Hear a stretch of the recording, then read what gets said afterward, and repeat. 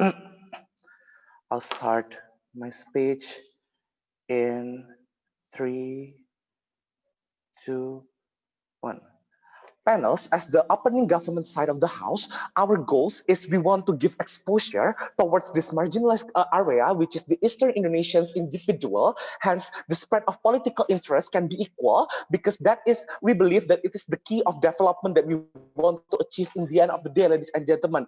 But the things that become the problem is during the presidential elections in Indonesia, most likely this presidential candidate will only be focusing on the Java itself. They are only focusing on the area that already being developed, and we think that it is not going to it is not appropriate to be prioritized, because Java itself is already developing on their own, ladies and gentlemen. What the things that we have but the things that are supposed to be developed is the Eastern Indonesia, ladies and gentlemen. Hence, our stance is clear that we will give these 2 votes for every Eastern Indonesian individual as their weapon in order to gain, as the bait for this presidential candidate, in order to invite them to go to Eastern Indonesians and help them to develop their area, ladies and gentlemen. What it's mean by 2 votes is actually self-explanatory. We will give their votes will be counted as 2 votes, and we will do these 2 votes as an affirmative actions for what the things that we've done in the past for exploiting their nations, exploiting their area, and so on and so forth.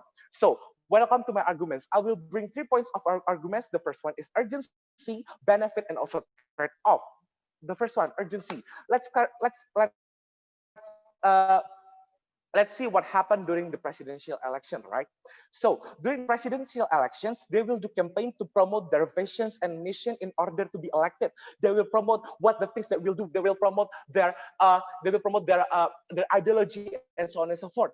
They will not just do they will not just putting or installing a banner in the street, but they also will going to fix the infrastructure in order as the prerequisite promise before they elected, in order to show their significance, right? They usually will, for example, like they will fix the infrastructure inside of the angkot, and even though they have to put their name inside of the angkot itself, it is okay, because that is kind of a campaign. We do not going to deny that. The problem is they are usually focused on Java only, which is by default Java is the Java, or maybe developing in many developed area in the Indonesia itself is already developed.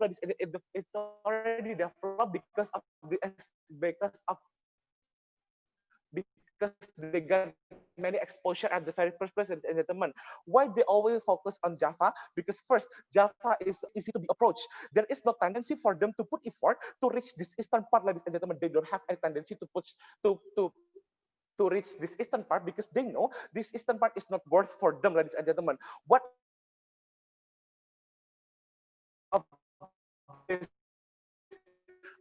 scenario in status quo, Papua is being less prioritized, because the promise of development will only going to be happen on the populous area, ladies and gentlemen. And this is very harmful, because what? Because the Papua itself will be feeling because the people in the Papua, or people in the Eastern Indonesia, will be felt that like they are left out. And this is also indirectly violating the democracy value, where the holistic development and also where the society is putting on the top, is being put on the top of the government itself. This is going to violate the democracy, because the Papua being, because the Eastern Indonesia were being marginalized, ladies and gentlemen. The second point, what is happening in the status quo is many catastrophe that happen in this Eastern Indonesia were not being highlighted, ladies and gentlemen. Meanwhile, this exposure, it really needed in order to solve this problem, because this exposure can help to invite the other third party, ladies and gentlemen. For example, like the case of exploitations that being done by the Freeport, ladies and gentlemen. This kind of catastrophe need a lot of exposure in order to gain awareness from the other side or the other party, in order to invite them to join in order to help this kind of issue, ladies and gentlemen. Hence, we believe that it is okay for us to and it's okay for us to give 2 votes for this Eastern Indonesians as their main weapon, because of this catastrophe or problem that already happened in the status quo because of the previous presidential election, ladies and gentlemen. The next point is regarding my benefit. The first one, we by having this two votes for every Eastern Indonesian individual, indirectly, this is also can develop the country. Why is that so? Like what I've mentioned before, through campaign, when they are campaigning, they will do prerequisite infrastructure repairing in order to give in order to assure their voice in that place, ladies and gentlemen. This is also indirectly can develop, even if it is in a small scale, but at least there is a form of development in that country, in that area, ladies and gentlemen. The second point is increasing the political knowledge of the people in the Eastern Indonesia, ladies and gentlemen. Why is it important? Because as a democratic country, we believe that society is having a very society is playing a pivotal role in this country, ladies and gentlemen. Hence, a high political knowledge will going is very needed in order to achieve a better democracy in the end of the day, ladies and gentlemen. Once these Eastern Indonesian people know that they are being prioritized, they will be exposed with a lot of things that regarding to campaign and so on and so forth, and including this political agenda from the candidate, ladies and gentlemen. Indirectly, when they know this political agenda, they will also be influenced, and they also will being they also will criticizing the political agenda that being brought by the political candidate. Because what? Because what being proposed by the presidential candidate will also relate to their life, ladies and gentlemen. Hence, they're also having the tendency to criticize this political agenda that being brought by the presidential candidate. The third one, it also can improve the quality of the candidate that going to be elected. Why? Because the one who will be elected is the one who is really showing to you that interest in developing this nation, ladies and gentlemen. Why is that so? Because when they are having the effort to put when they are having the effort to reach the eastern part of Indonesia, it shows to you that they are having a high interest in developing this nation, ladies and gentlemen. Not to mention, in Papua, the influence of political party is very small, ladies and gentlemen. If they are still have the tendency to do it, it shows to you that have the bigger tendency to develop this nation, ladies and gentlemen. Lastly, welcome to my thread off. The opposition side of the house may say that there will be money politics because of the two votes. We say no, money politics won't be happen because the Eastern Indonesia aren't interested in money, because they are always being lied, because they are always being dibohongi oleh this kind of company. They have more interest in equal justice in the government, ladies and gentlemen. Even if there will be money politics, it's okay, better. It is okay. It is better because money politics in Eastern Indonesia is better rather than in Java. They need it more, ladies and gentlemen. Hence, we are proud to open and also propose these motions. Thank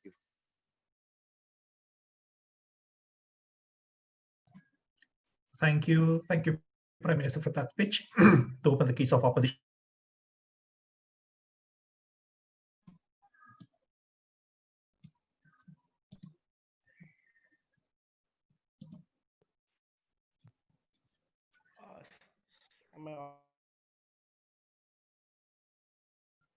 Starting in 3, 2, 1.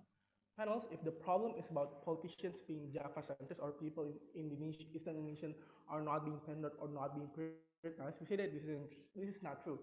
3 reasons. Firstly, how right now people are getting more aware in regards to people in Eastern Indonesians, for example, like Papuans, for example, like the rise of Indonesian liberals and am I not audible or? No, you are audible. I think you can restart your speech.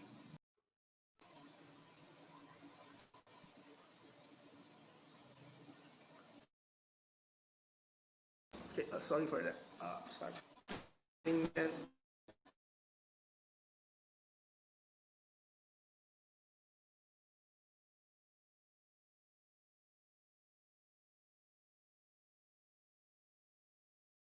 Might already be progressed. 3 reasons why. Firstly, how right now people are getting more aware in regards to people in Eastern Indonesians. For example, like Papuans, for example, the rise of Indonesian liberals and progressives that are fed up with the discriminations towards the Papuans. Like these are the people that have been that have the will and have been going out of their way to advocate for the rights of Papuans. These are the people that have been going out to the streets, rioting, protesting. So there's already an awareness to fight for the lives of these people in the Eastern Indonesian grassroots that are not being prioritized, for example. But secondly, right, how right now in status quo there's already representatives of Eastern Indonesia within the parliament, like how there's politicians that came from Eastern Indonesia, how there's already representative like from DPR, for example, how there's also like Yusuf Kala, who has a very huge sense of belonging to Eastern Indonesia because he came from Eastern Indonesia. That's why like now how there's a lot of like Yayasan Kala, for example. But thirdly here, notice that how in Eastern Indonesia, there's already a lot of resources that government can capitalize. This shows that there's already incentive for government or for other politicians to come and develop Sulawesi or Papua, for example. That's why Jokowi like has bought planes for the people in Papuan grassroots, so the Papuans can access benzene, gas easily, for example. But also like, that's why there's one of Jokowi's policies to improve the lives of people in the rural areas, in people in the grassroots, for example. So this shows that there's already an incentive for the politicians to actually pay attention to what happens in the eastern parts of Indonesia, right? But even if that's not enough, here's a two-layer of alternate setup on why the problem that brought by government will still be mitigated under our set house. Firstly, if the problem is that these people, like people in Eastern Indonesia, are not being pandered, are not being prioritized because politicians believe that the population in Java is more equitable, then make the people in Eastern Indonesia also become more equitable, to become more credible, right? For example, you give them like educations, give them trainings, give them jobs, seminars, giving them class counseling seminars, for example, or give them like BLT, for example. Why this is good, right? Because if we give them intensive educations, trainings, seminars, giving them assistance, this will also make them have a huge social presence that will make them to be seen equitable and credible, right? Politicians will see that, oh, there's a huge amount of adequate human resources that we can use in Sulawesi because because we have been using the resources in Java lot. Now there's already people in Sulawesi that are also credible. Now this will give them incentive to actually come to the Eastern Indonesia and to pander and prioritize the development of people in the Eastern Indonesia, right? But secondly, right, how eventually there will still be progressive politicians that are oppositional with the previous regime, previous regime. They will come to them. Notice that how Jokowi have failed to pander or to develop parts of to develop Eastern Indonesia.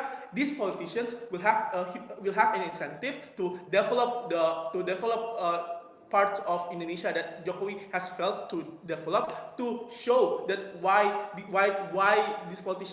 this new politician is very worthy to be voted, right? That's why politicians that are oppositional to Jokowi will have always the incentive to develop things that the previous regime has failed to develop, right? That's why even if it's not enough, we in Arshad House it's still going to be meetable, right? So enough with the setup. I'm going to bring two arguments in my speech. Firstly, how this is not in line with the principle of election, and secondly, why this is going to make things worse for people in Eastern Indonesia, even if you are able to give them two votes. Let's go with the first argument, like how this is not in line with the principle of election. Firstly, panels, the essence of election and voting, that it needs to be fair, right? Giving two votes for a certain people and individuals shows that there's a huge distinction, even though it's small margin. But the visceral meaning of two votes is very unfair, and it shows there's a disparity, right? But secondly, here's the thing. When it comes to giving extra privilege to a certain people, you have to guarantee at the end of the day, those privilege will be equitable at the end of the day, or the people that you give those privilege, or the people that you give those facilities, you have to ensure that these people have been contributing to the growth, to the economic growth of the nation, of the nation, right? You also have to make sure that these people have contributed in the work or contribute in the paying of the wages of people, or these people have been paying taxes, for example. Government never government never explained, just because you give them 2 votes, OG never explains why by giving 2 votes this will be equitable, and why this will going to give an added value towards the Indonesian as a whole, right? The conclusion of this argument, firstly, we have explained to you why this is not in line with the principle of election in of itself, why 2 votes is something that's not ideal and something that's very unfair, but secondly, why this is also not unfair to the people that have been contributing so much to the development of Indonesia, for example, people that have been paying a lot of taxes, people that have been going out of their way by working and to generate the economic growth, right? But second argument, then I'm going to explain to you why this is going to make things worse for people in Eastern Indonesia. Okay, right? Assume that by giving 2 votes, that there will be extra incentive for politicians to pander the Eastern Indonesia. But here's the thing: assume that they will pander people in Eastern Indonesia. They will capitalize the people in Eastern Indonesia more to make to develop the parts of Eastern Indonesia, and then there will be in comparison to the past presidents. We are very proud.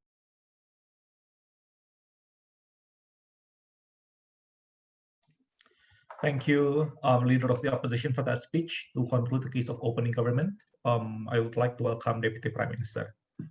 And just a little note, I'm going to note if some of the speakers spoke beyond 7:20 on the chat, and yeah, please time yourself properly as well. Thanks.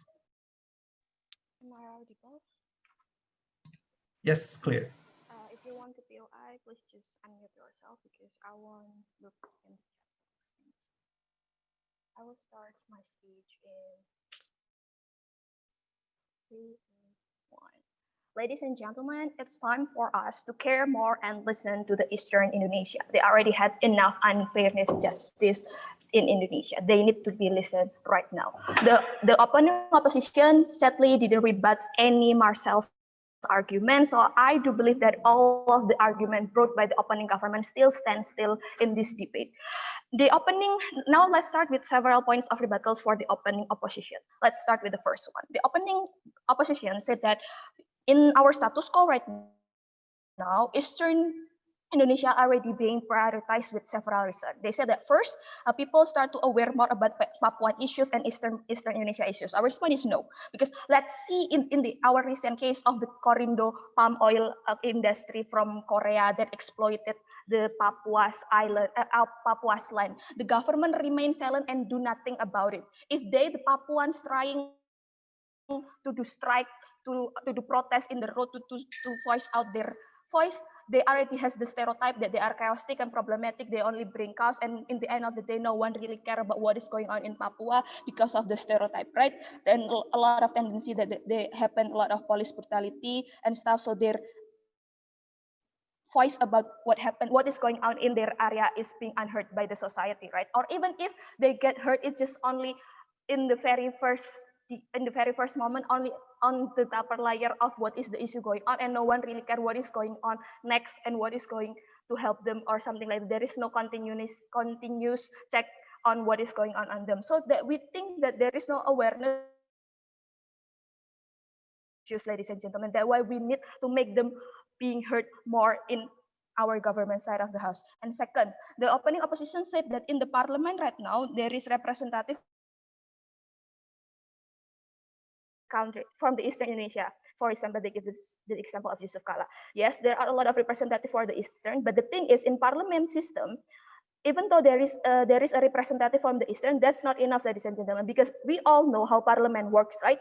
The policy that will be granted in the parliament is when the majority are agree with that and when the majority are supporting that, right? That's why it's not enough for us for those for those Eastern politicians that sit in the parliament to speak up about what is going on in their areas, ladies and gentlemen, because the main principle of parliament is the majority win, and the most of the majority in the parliament is people from Java, and they have the Java centralist ideas, and they make a lot of policies that Java center, and they just care about building and development Java because it's more easy to be seen by the majority of people that will re-elect them again in the next election, right, ladies and gentlemen? And that's why their point about saying that the status quo enough with the existence of a representative from the Eastern in the parliament cannot stand in this debate, ladies and gentlemen. And the third one, the opening government said that right now they want to give incentive in terms of education to develop more Eastern Indonesia. Ladies and gentlemen, this is not exclusive that will happen in the opening opposition side of the house, ladies and gentlemen. Right now, we already know in the status quo that a lot of NGO giving incentive of education to the Eastern Papua, but that's not enough, ladies and gentlemen, because education will only develop a certain human resource in Eastern Indonesia, ladies and gentlemen. We need something bigger than that when the government really pay attention to them and developing not only their human resource, but also their areas, ladies and gentlemen. And it cannot be done by the NGO. It's need the government action, ladies and gentlemen. That's why this in terms of education that will opening opposition give to this Eastern Indonesia is not exclusive, because we as the government side of the will also can give that much better than that.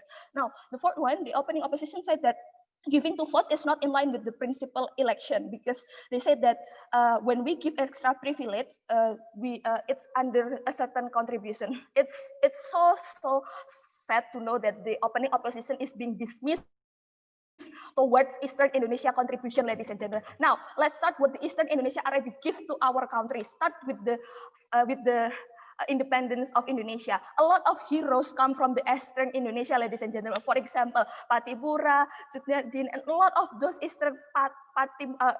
those Eastern Indonesia become one of the most influential funding fathers in our nation, ladies and gentlemen. They already give a lot of contribution to our nation, start from the very first day of Indonesia become Indonesia, ladies and gentlemen. And second, they also give contribution in terms of tax, ladies and gentlemen. There are a lot of taxes coming from the Eastern natural resources, ladies and gentlemen, because one of the biggest income in our GDP is come from the oil and gases, right? And most of this big industry about oil and gases are from Eastern Indonesia, like for example, Freeport, and then like palm oil industry and stuff. That's why we think that it's right for us to give them this affirmative action, because they already did a lot of contribution for our country, ladies and gentlemen, start from the very first day of Indonesia become Indonesia, ladies and gentlemen. That's why we still think that it's right for us to give this affirmative action. Now, let's continue to my extension about why giving 2 votes as affirmative action is in line with democracy, ladies and gentlemen. Indonesia has a large area from Sabang and Merauke, right? It's hard to make a policy that really represents the whole society, right?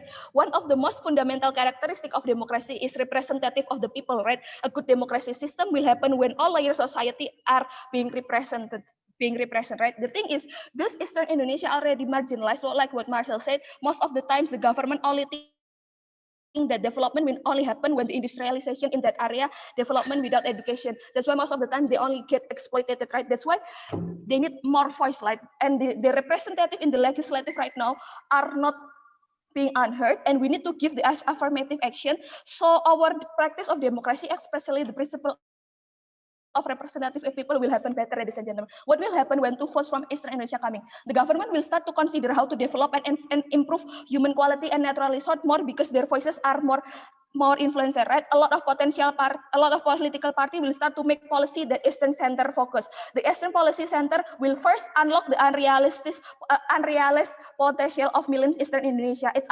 They are also skilled as those who are from Java, but their talent are just untapped because of the lack of opportunity. For example, the case of Dr. Setiawan of a physics who went to Papua to teach the most dumbest Papuans children, and they can manage to win a global World Olympiad. It shows that actually those Eastern Indonesian people, they have the potential to be as skilled as those who are in Japan, but we just as the government, we just don't give the enough opportunity. It's time for us, for the political parties, to care more about them and do a lot of policy that giving them the opportunity to show their untapped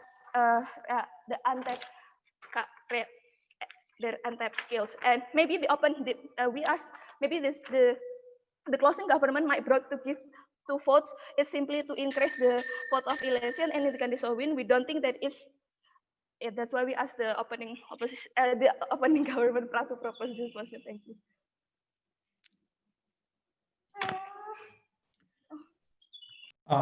Thank you, Deputy Prime Minister, for that speech. To close the case of opening opposition and the opening half of the debate, I would like to call upon Deputy Leader of the Opposition.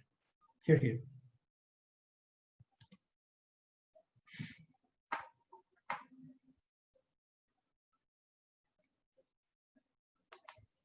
Test, am I audible? Yes, you are. Okay.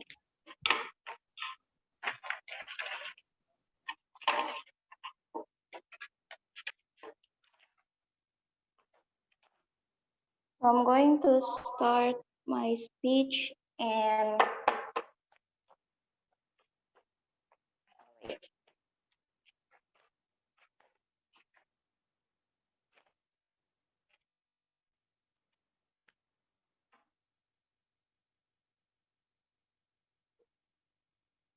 ladies and gentlemen, the moment when opening government said that they want to give 2 votes for every Eastern Indonesia individual voting in the next presidential election, for example, we say that the intention that opening government to begin with is very wrong. Why so, ladies and gentlemen? Because the intention of these politicians that they only want to gain voters, not to develop Eastern Indonesia to begin with, which we know that Eastern Indonesia is lacking in terms of education, lacking in terms of human resources, and so far and so forth, ladies and gentlemen. And we say that the moment when the intention is wrong, it will be bad to begin with. 2 responses towards the arguments of the opening government. First of all, they say that people in status quo right now have not, people in status quo are not aware enough with the issue happening in Eastern Indonesia. For example, in the exploitation done by a South Korean company in Papua. But we say that first, no, ladies and gentlemen, the awareness exists to begin with. We can see that there have been a lot of campaigns in social media. People are sharing that we need to protect Papuans because of the exploitation done by the South Korean company and so far and so forth. But the second of all, let's see how there's a demonstration happen in other cities of Indonesia, right? Why this kind of demonstration happen? For example, the demonstration is also happening in Sumatra, ladies and gentlemen. Why? Because there is the sense of belonging as Indonesians that we need to protect each other, that we need to protect our country to begin with, ladies and gentlemen. So that is why the awareness exists in society. But second of all, let's see how this South Korean company exploits Papua, right? We say that even if we follow the proposal proposed by opening government, this kind of exploitation will be worse in opening government. Why? Because at the end of the day, the moment when politicians have an arena in Eastern Indonesia, they will send the private company, ladies and gentlemen. As a government, they will send private company. Why? Because with the richness of nature resources that Eastern Indonesia has, government will try to exploit, will try to gain as much profit as they can get, and the profit that they want can only happen the moment when they send private company, because to begin with, this private company is the only actor that is capable to gain as much benefit that they can get to begin with, ladies and gentlemen. But second of all, let's see how politicians are going to lie in the campaign, right? They are only selling the promise that they will make Eastern Indonesia better, for example, which we say that this is very bad to begin with, ladies and gentlemen. Because at the end of the day, the moment when Eastern Indonesia already elect these politicians, but these politicians never do the promises that they have promised to Eastern Indonesia, at the end, Eastern Indonesian individual will be the ones that need to suffer the damages done by these politicians because of their promise. Like for example, the exploitation and so far and so forth, ladies and gentlemen. But second argument coming from opening government, they said that the moment when we give rights for Eastern Indonesia individual for giving 2 votes, there will be more incentive from government to develop Eastern Indonesia to be better. But first of all, this is wrong, ladies and gentlemen, because let's see how the populations of Eastern Indonesia are already big, right? Like, let's see how the populations are very big. They already have many quotas to begin with, ladies and gentlemen. But let's see how politicians are still not able to give to develop Eastern Indonesia. They still don't have the incentive to build our Eastern Indonesia to be better. Why? Because to begin with, Eastern Indonesia has lack of contribution for the country. For example, ladies and gentlemen, first of all, they are lacking in terms of human resources. But second of all, they are lacking in terms of education. But second of all, even if there is incentive from government, ladies and gentlemen, the intention is wrong to begin with, and this is very bad because the development that they did is not for the sake of the people there, but it is for the sake of the election, ladies and gentlemen. Therefore, they will not do researches, for example, because as long as they are elected, they are okay with whatever happened in Eastern Indonesia, right? So I'm going to prove you why it will create harm in status quo the moment when we give 2 votes for every Eastern Indonesian individual. First of all, why it will create harm? Because the discrimination, the moment when we give 2 votes for every Eastern Indonesian individual, the discrimination will go worse, ladies and gentlemen. There's a stigma, right? There's a stigma that people who live in Java are so much more superior than people who live in Maluku, for example, or than the people who live in Papua, and so forth, ladies and gentlemen.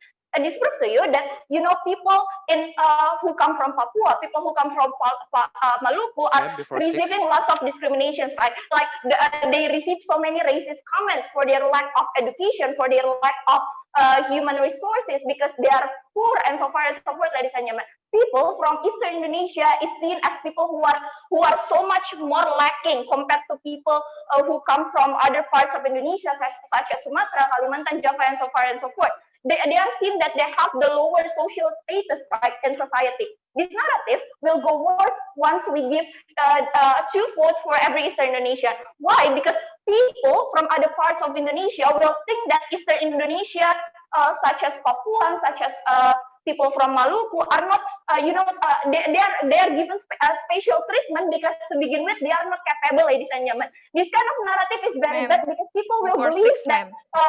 People will believe that people who come from Eastern Indonesia is not as capable as people who come from Java, and that is how the discrimination will go worse, ladies and gentlemen. But second of all, let's see how there will be retaliation, right? The moment when we give 2 votes for every individual coming from Eastern Indonesia, like there will be retaliation happening in Java, in Sumatra, and other parts of Indonesia that do not give the same kind of treatment in politics, ladies and gentlemen. Which we know that in politics, equality is very important.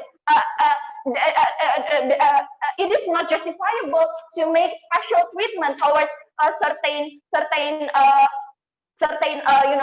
island, for example, and so forth. The moment when there is retaliation, it means that there is jealousy, right? Why? Because first of all, they're all Indonesians. Therefore, there should be equality among all Indonesians.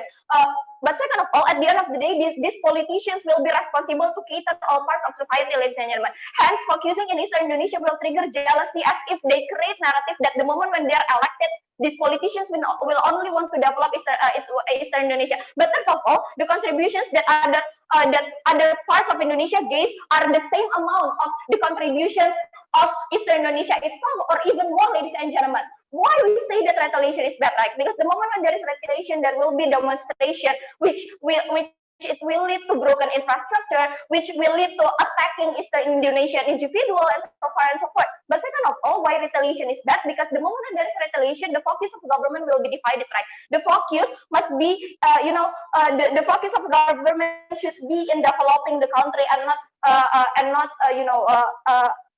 solving this kind of retaliation. That is why we are proud to oppose.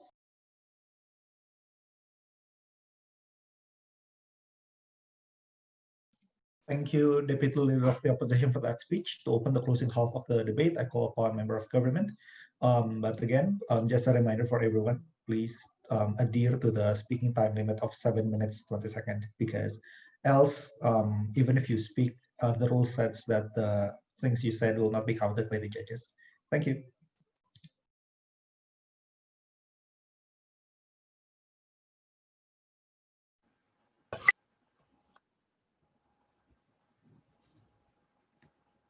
Hello, am I audible? Yes, Am yes, I you are audible? audible. Yes, you are.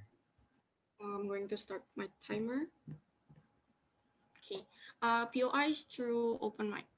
Okay, so I'm going to start my speech in 3, 2, 1.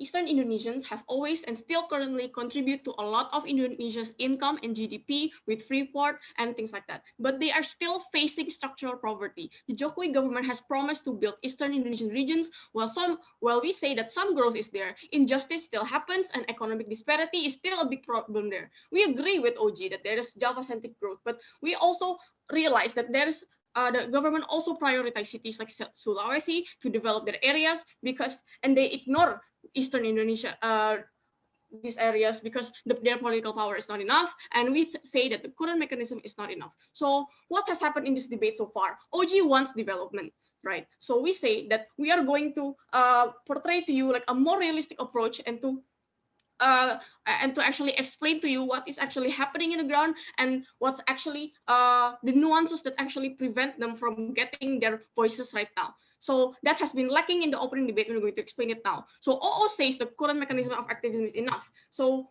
is enough. So we say that it is still not enough, and we will explain the benefit today. So our goal is to give more voice to the vulnerable actor, which is this Eastern Indonesians. And we say that this is the most important and is the first step for them to actually have meaningful changes in their area. So we want them to be able to make an informed decision regarding a presidential candidate that will affect their lives. So moving on to my model, and this is very important because it's been lacking in the opening debate, we think the government will have to give education for the masses to combat the stigma that the opening opposition has already explained. Like we think that we have to give education about the history of Eastern Indonesians, the unique struggle that they face, and to educate that they are not a monolith and that the Indonesian government has been benefiting off of them.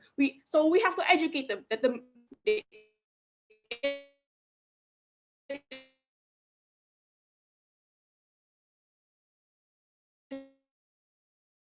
morally justified to give them 2 votes now. So use their voice properly because we understand that this is a big deal, and we won't just give them 2 votes without actually educating them first. So we say that the opposition side that the candidates will lie and make fake promises. So we will first educate who to choose and how to choose, and we will tell them to demand a framework and an actual meaningful change for these Eastern Indonesians. So we are not just relying on their words, and we won't let the candidates just slide. We have to give them accountability before they actually just go run around and just spread lies. So today I'm going to talk about 2 things, mainly the history of disenfranchisement, which makes it morally justifiable, and the principle of democracy in the first place. So we see that the Eastern individuals receive injustice, and they have wanted to separate in the history for years, right? And they have not been able to do that. We see the Papua separatist movement. We see like the Maluku separatist movement. So we say that they have not been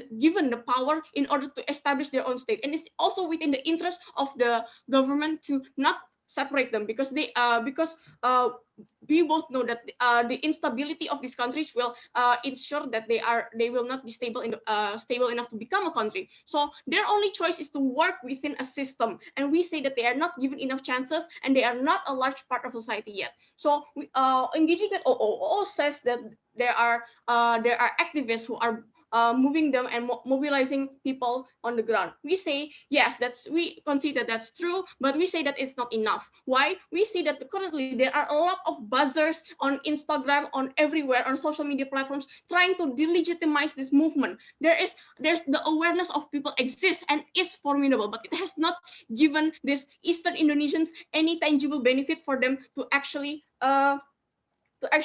choose for their leaders. So we say that the harms extend way more to that. We see the anti-Veronica Common buzzer campaign everywhere. I've personally seen it myself, and they're trying to paint the situation as normal and even progressive. So we say that the people who actually vote right now is not enough because they're less exposed and they are represented by a certain leader or simply unheard and pressured during the process. So it makes the current mechanism insubstantial. On our side, we're giving them 2 votes to give them more balance in election. And we're going to couple that with the model of education on our side in order for them to actually make informed choices, right? So we say activism is not enough. We agree that it will gain traction. So this is exactly the perfect momentum for the government.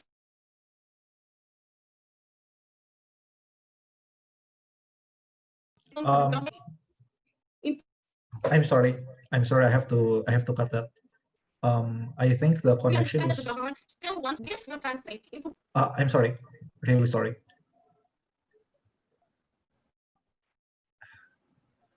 Hello. I'm sorry, but the connection was quite unstable. Hello? Yeah. Am I audible to you? Yes, you're audible. Okay. I'm sorry, but the connection was quite unstable for like 20 seconds of the speech. Can you please turn off your camera so that hopefully the connection will be better? I stopped my timer at 5 minutes. I think the last point you said was about traction. I think you can restart from there. All right. Okay. So sorry once again. Okay. Okay, I'm going to start it to 1. So we say that we agree that this activism will gain traction. So this is exactly the perfect momentum for the government to give them these 2 votes. So because we understand that the government still wants to have a sense of care for these people, because we understand that the government has been previously called out before by these activists and by people and even international forces. So we say that these 2 votes will translate into bargaining power, right? How? Because the bargaining power is the first step for them to give their voices in order for them to negotiate what is needed for their country. We concede that this won't happen instantly, but we say it's the first step and it will be sustainable. So what is democracy, right? So OG says that they are marginalized, but we want to recognize that are many aspects that hinder people, especially in Eastern Indonesians, from voting. Not enough education, not enough polling stations. That's why we want 2 votes. In comparison, on their side, if you uphold 1 vote for everyone, you maintain an idealistic perception of democracy that is reliant on that everyone has the same resources. But we say no, they don't have the same resources. They are relying on the idea that the world is just, but it is not. We have to level the playing field by bringing this disenfranchised group up. So because we say that they have unique struggle that the citizens cannot relate to. So we also say that these policies do not affect these Western Indonesians as hard as Eastern areas. So let's talk about structural poverty. What does this look like? This looks like Freeport bosses swimming in their riches while the people of Papua cannot even hold managerial positions, where they are not even allowed to do so. The people in the parts of the country do not have to deal with this. It's easier for them to vote, and it's not easy for the Eastern Indonesians to vote. They have to walk miles and they have to access and all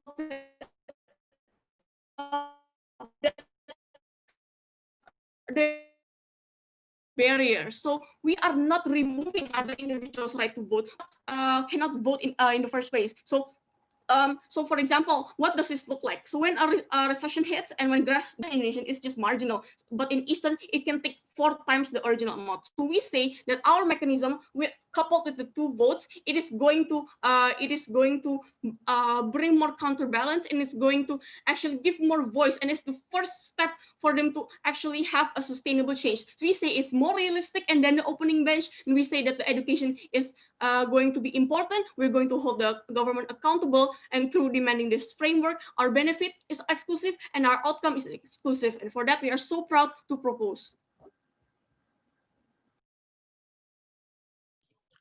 Thank you, member of government, for that speech. To open the case of closing opposition, I call upon member of the opposition. Here.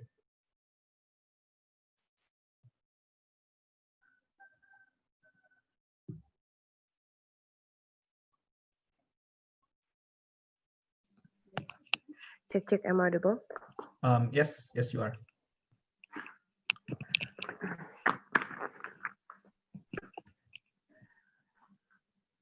Starting my speech in 3, 2, 1. Instead of opening opposition that only talking about how jealousy will be happen and simplistically say that government is aware and so on and so far, I'll prove to you why is exactly sticking in the status quo where the idea of one man's one vote is exactly will create a beneficial policy that and comparatively under the desert of those will be harmful, and why then it is even though the policy is good, it is morally unjustified and is unjustified like legalized by the government.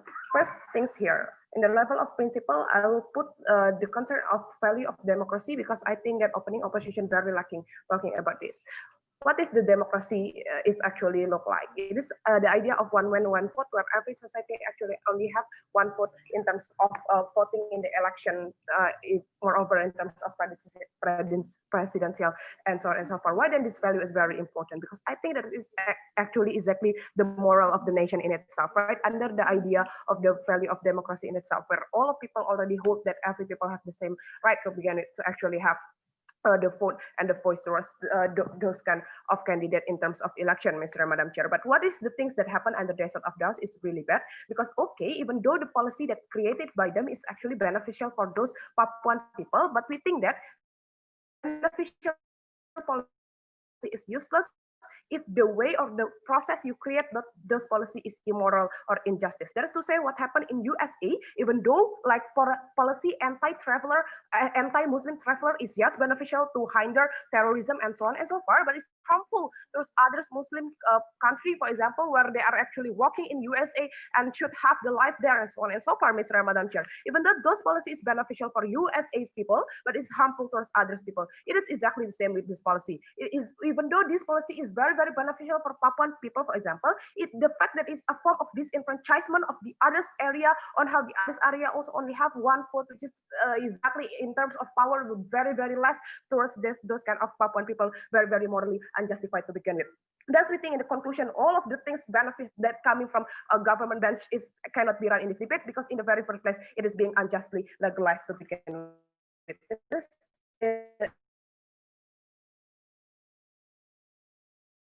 In terms of value of democracy, I think policy for Papuan people will only be created under our side of the house by sticking in the status quo. In the status quo, when actually everyone have the same right to vote, means that all of the government that exists in the political spectrum right now don't need to really have a very big moral burden to following all of the demand coming from one side of society. The things that will be happen, this government will put all of the consideration based on this government itself. Why then it is good? First of all, because this government actually the one who actually have those kind of helicopter view, Mr. Ramadan Chair. There is to say on how government will accommodate all of the things that happen in terms of anything. There is to say on how this government is very rational to create those kind of policy because of the helicopter view, because they know holistically what happened in those kind of area and what's that area actually need in the very first place. Second of all, because a government also, of course, put those kind of society's demand in terms of consideration, right? Because if all of the policy coming from government is backlashing your demand, of course, you can directly shoot it and so on and so forth. But I think that government side of Papuan people to begin with, because the fact can easily showing opinion and so on and so forth. Moreover, this Papuan conflict is actually being the international concern on how people in United Nations meeting about the Indonesian failure to actually solve Papuan problem and so on and so forth. That is to say, this government already triggered and forced even by UN to actually solve all of the problem coming from Papua to begin with. But why then actually the policy created by government is actually better rather than only policy that following all of the demand coming from Papuan society to begin with? This policy is very rational, and it is exactly what will be beneficial to those kind of Papuan people. Why? First of all, while Jokowi creating highway, for example, while Papua people say that actually we don't need highway because in here our culture is harm, for example. So highway is not necessary for us. But the fact that the modernization cannot be stopped, for example, and the revolution will be still exist in there. If this Jokowi didn't create highway, those kind of people will actually left behind in the very first place, Mr. Madam Chair.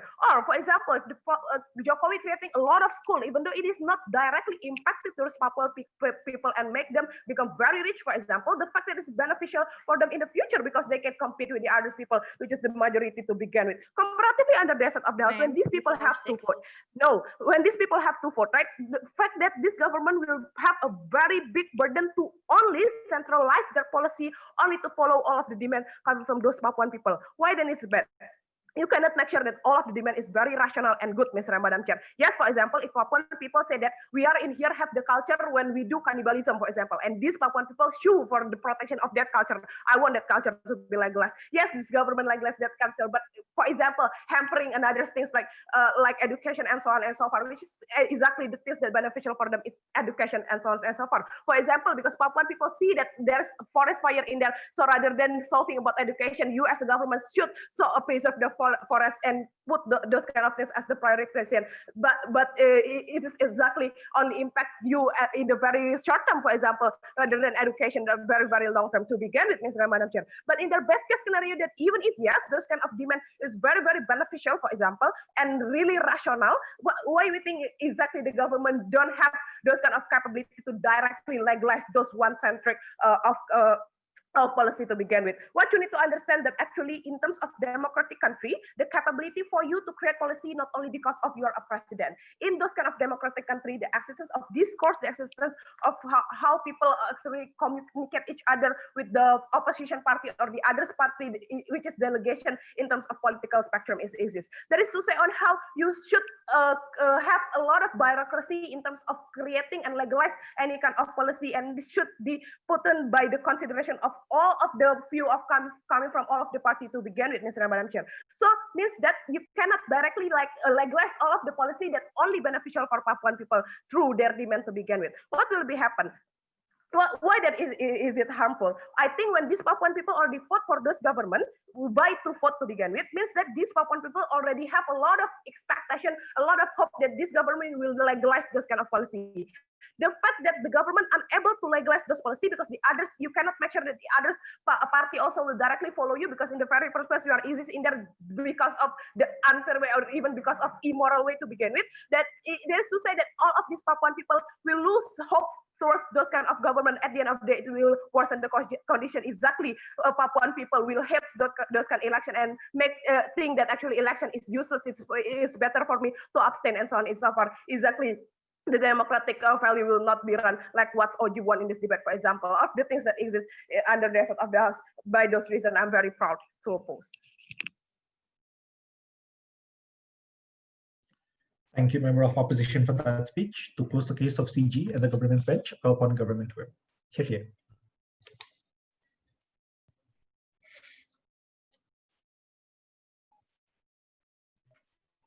Right. Am I audible? You are. Wait, let me just time.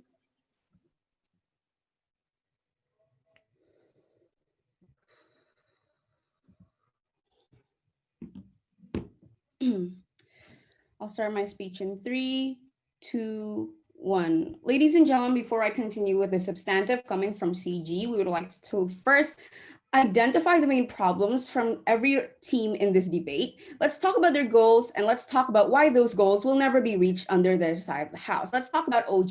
OG mainly talked about that they want problems to be recognized in East Indonesia, but they did not tell you how those problems being recognized and the quality of life increasing in East Indonesians will actually be correlated. So their contribution to this debate is minuscule at best.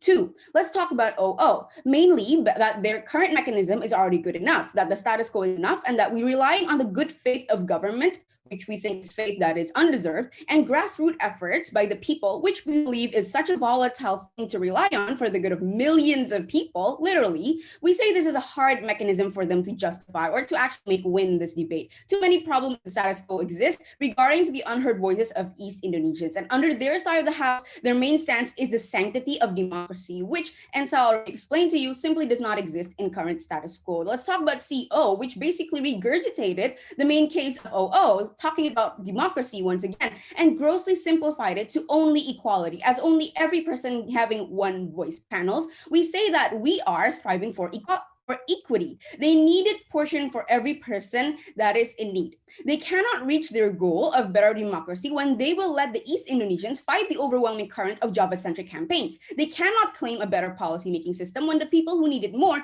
are kicked out of the voting field and out of the discussion of better policy-making. They cannot claim a better bargaining position or justify Gov as all-knowing and helicopter as objective when they holistically only see East Indonesia as a bank, as a pile of gold, and not as an actual part of Indonesia that needs infrastructure development. We already explained that this is justified because history of disenfranchisement.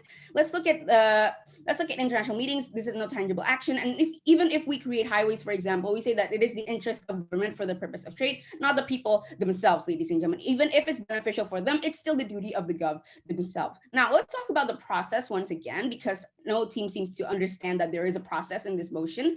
2 votes plus education. That is what we want. By giving 2 votes, the government is not only recognizing the legitimacy of Eastern Indonesians, but it also sends a message that they aren't going to be further taken advantage of. The effects may not be instant, ladies and gentlemen, but it's still the first step to removing brutal police in that area and the first step to bringing choices to the government. And ladies and gentlemen, we're talking about 2024. The election is still 4 years away and there is still time to educate the people. Let's not forget the government is sometimes very powerful, and the outcomes of this motion, it would be more voices for Eastern Papuans or Eastern Indonesians without taking away other people's voices. Not completely follow the Eastern Indonesians as CEO would like us to paint, because that's not how governance works. Let's talk about a few things, ladies and gentlemen. Let's talk. 1, how East Indonesians have been contributing very much to Indonesia. Maybe they don't make up the nation's majority of politicians or lawyers and economists. Maybe not many East Indonesians can pay for high taxes, mainly because they're not given the chance of Javanese people have. They do not get the funding to education proportionate to West Indonesia.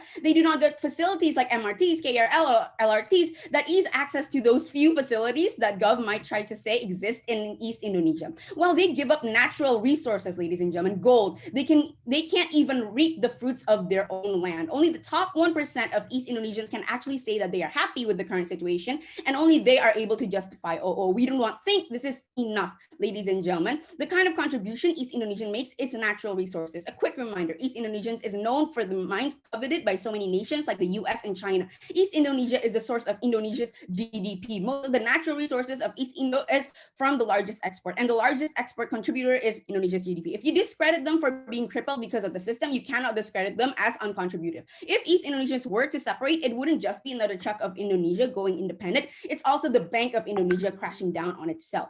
Ladies and gentlemen, therefore, none of the opposition bench case stands. Let's talk about how capability is a dangerous parameter to make, ladies and gentlemen, especially when so many Javanese politicians aren't half as qualified as the activists fighting for human rights in Papua, for example. We'll talk about also, second, retaliation and why it won't happen. People in Java is already privileged enough, ladies and gentlemen. They won't be missing out, and Eastern people need it way more than Western people. The retaliation OO mentions is something that can only happen under their side with the continued oppression of the Papuans and East Indonesians. If you continue to ignore their lives, they will not stay silent. They will do those exact things. They will antagonize Eastern Indonesians, and with this mechanism, we actually provide them a realistic and respectful approach to get their voices heard. And even if retaliation does exist, we don't think it will be against the Western Indonesians, but against the people. But against the government. We believe the people of Indonesia will not, for 4 years, stay skeptic to the very real needs and problems existent in status quo. And the public, after the last election, is already tired of the so-called democracy in Indonesia. They are more than ever the most critical towards government. Now, thirdly, why we believe that other alternatives won't work. Alternatives that have been mentioned in this debate include, first, aggressive, actually, this hasn't been brought up to the by opposition, as they might not have thought of this, but one of the alternatives that can come up is, first, aggressive separation of the Eastern population, which we don't think is as likely to happen before 2024, and it's not likely that it will be handled well by the people, both from Eastern towards Western. And it's not likely that, or it's not certain that aggression will provide a benefit and solvency the East Indonesians want, which is better policies, ladies and gentlemen. Now, two, they can talk about, they can just stick to the status quo, which is the alternative that is mentioned by both benches of opposition. And we don't think this is enough. Look, Look at the status quo, ladies and gentlemen. Look at the justifications that they give. They see people in East Indonesia as uneducated, uncontributed to Indonesia, and shows this sentiment that already is not positive and dismissive towards those people. Their only parameter is tax, which is such a shallow way of painting the urgency of this debate. Now, why we think giving 2 votes will ultimately work and give the solvency that we provide as CG. The problem here, again, ladies and gentlemen, is East Indonesians being underappreciated and not gaining enough traction to gain a legitimate bargaining power. The solution to this problem is not to stand still and try to fight the majority. No, OO cannot suggest people in Indonesia to gain and find more education or knowledge when just to finally be recognized to general public. We don't think the oppressed have any responsibility or obligation to make themselves justified for simply existing, ladies and gentlemen. Again, the problem of this debate is structural, and it is within every East Indonesian's interest to obtain a better quality of life that only CG has explained to you why will exist under this motion. We give East Indonesians the better bargaining power and give better policies that give people better access towards facilities and infrastructure and give them a better equality of life that is realistic and not harmful towards their lives compared to the alternatives position as presented. We give Indonesia more credibility as a country and smashes any discourse that we are discriminatory or at least trying to repair their wrongs. We give government a legitimacy in the eyes of Indonesians. And we give Indonesia a more stable standing because the East Indonesian will retaliate or demand a separation. We, as CG, explained that aggression is likely and we want to prevent it. And we believe that is why you should vote for closing government. Thank you. Thank you, Governmental, for that speech. To close the case of CO and the debate as a whole, I call upon opposition whip. Here.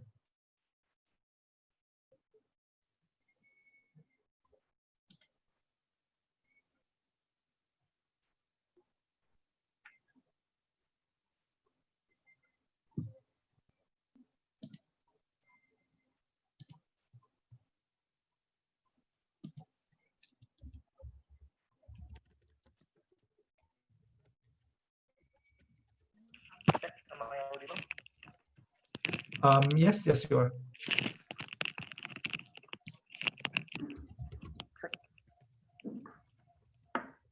Check. Am I audible? You are audible. It's clear.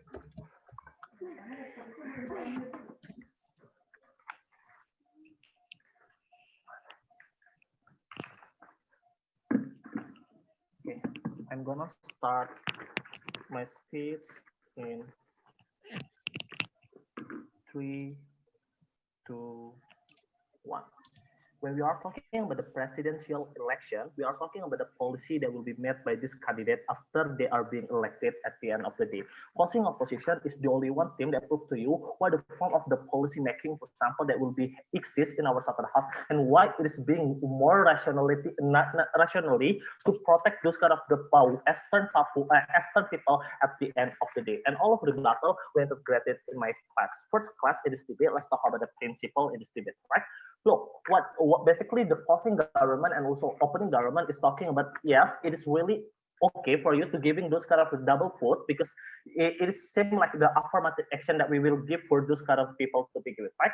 Number one, we don't think those kind of affirmative action is exclusive under the side of the house, right? Because exactly when they are talking about yes, in the for example, like the forest is being burned, for example, or even there is a lack of education, exactly the form of the affirmative action is not like giving the double vote, for example, it is like on how we are giving more education and so on and so forth, right? Because we believe that it is not exclusive the moment you are giving them those kind of the double votes at the end of the day. Because we believe that this affirmative action is already so much in current status quo.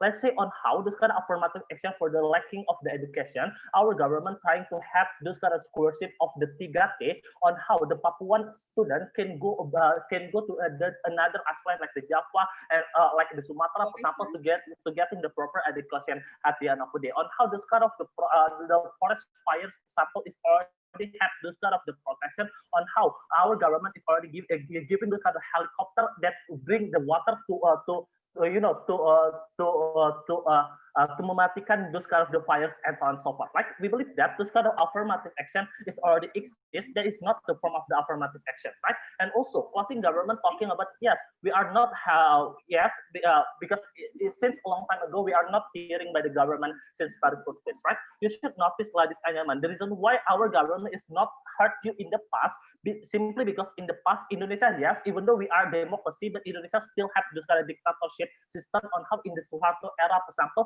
that exactly the moment you are criticize our government, you are killing by the government, for example, because our government is don't hear your voice and so on. Is already open with all of the society, for example, even force up your voice inside the social media towards the Jokowi, for example, because Jokowi is always open the Q&A with all of the society, for example, and so far. We believe that the form of the voice or even like the hurt by the government is already exists in current status quo, right? We believe that is not exclusive at all the moment they are talking, but yes, those kind of the voice is not heard until right now, ladies and gentlemen. Moreover, closing opposition is the only one thing that taught you on how this kind of thing is really unjustified for you to do, because exactly in terms of the democratic country, it is really immoral for you to only benefit for one area and so far, because exactly those kind of protection for all of the people to begin with, right? They are talking about yes, our government will have this kind of more moral burden for this kind of the Papuan people and so on so far. We believe that the moment you are elected, it's not only coming from the Papuan or even the Eastern area and so on so far, because it is also some the contribute of the voters by the another Iceland like Sumatra, Kalimantan, and so far. That exactly, even though you are complicit to vote them, you cannot make sure if this kind of the candidate will help you at the end of the day, because this kind of the candidate is also win by another people that coming from another Iceland, for example, and so far, right? We believe that we believe that under the Satu House, this kind of thing is really unjustified for them to do in current status quo, right? And second class in this debate, let's talk about the protection in this debate, right? We believe that under our Satu House, this kind of protection exists. But look at the comparative first, right? First, going to the opening government. Opening government believe if there's the prerequisite development, because it is some as the guarantee for this kind of candidate to being elected, like the promises, for example, and so far, right? Number one, we think whether or not this kind of double vote are exist, this kind of the prerequisite development are exist, right? The moment our Jokowi, for example, trying to having the enforcement towards the Papuan people, even though there is no double vote, but Jokowi still doing this kind of development, for example, like how the road, for example, and so far still exists under our Satu House, right? Moreover, under this, we believe that those kind of thing is not sustained at all under the Satu House, right? We believe that even though there is like the prerequisite of the development, like on how this kind of thing is not sustained, because exactly this candidate is only building those kind of infrastructure only in the low material, for example, or even that exactly can utilize more and more that being broke at the end of the day, because exactly there is so many areas that want to develop by those kind of the candidate, for example, and so far, that also need a lot of budget for them. We believe that those kind of the infrastructure is not sustained at all at the end of the day, right? Moreover, even though there exists, we believe that it's not your interest as the Papuan people, because your interest is on how you can getting the protection. It's not like on how the infrastructure and so forth, right? But look, what the government team want in this debate, they won't have those kind of negotiation with our government since very first place, right? We believe that even though yes, you're giving more burden for our government to protect you, at the end your candidate is no longer to protect you at the end of the day, because you should notice inside the policy making, for example, you cannot have this kind of the power to only benefit one country, right? Because exactly inside the policy making, there is so many compromise inside the election, inside the policy making. For example, there's the representative coming from another Iceland, for example, and so far, that make you cannot be generalized to only protect this kind of Papuan people and so on and so forth. We believe that this kind of compromising is exists to prevent this kind of the buyer protection towards the Papuan people at the end of the day, right? Even if yes, you can reach our government, but we believe that the moment this policy exists under your side of the house, this policy is only coming from your demand to begin with, right? That is exactly it is only looking your demand and so forth. That is not beneficial for our country. For example, another people is not get those kind of beneficial at the end of the day, right? We believe that the protection at the end, there's so many people that condemn you as the people as the society, for example, at the end, the protection to the policy will be broke or even is not being legalized because our majority is not accept those kind of policies is plus right. At the end, your policy to protect you at the end of the day is no longer exist at the end of the day, right? But look pada comparative under the causing opposition. Causing opposition is the only one team that talking about the rationality of the government, for example, to more protect you at the end of the day based on the capacity of the need of the society right now, right? On how we already taught you the interest of the Papuan people is really irrational on how they want to allow of the cannibalism, for example, and so forth, right? We believe that under our Satu House, the rationality on how to protect, like how building the education and so forth still exists because we cannot deny the fact of the modernization is exists, right? Moreover, we are talking about the international pressure will going to be to push you as the government to protect them anyway because our government is not looking as the evil inside the eyes of the world, for example, on how the hashtag of the Free West Papua is being highlighted inside the Twitter that make our government is push you anyway to protect those kind of the Papuan people at the end of the day. We believe that the protection is only exists in our side of the house. We're very proud to oppose. Thank you once again for the opposition whip, and thanks for all Novice Grandfinalists for what I think was a very good debate. Please wait while the judges confers for the result, which will be announced after the end of this event. As for the judges, please check the WhatsApp group that there's a recent chat to please rename yourself so you can be reallocated to the breakout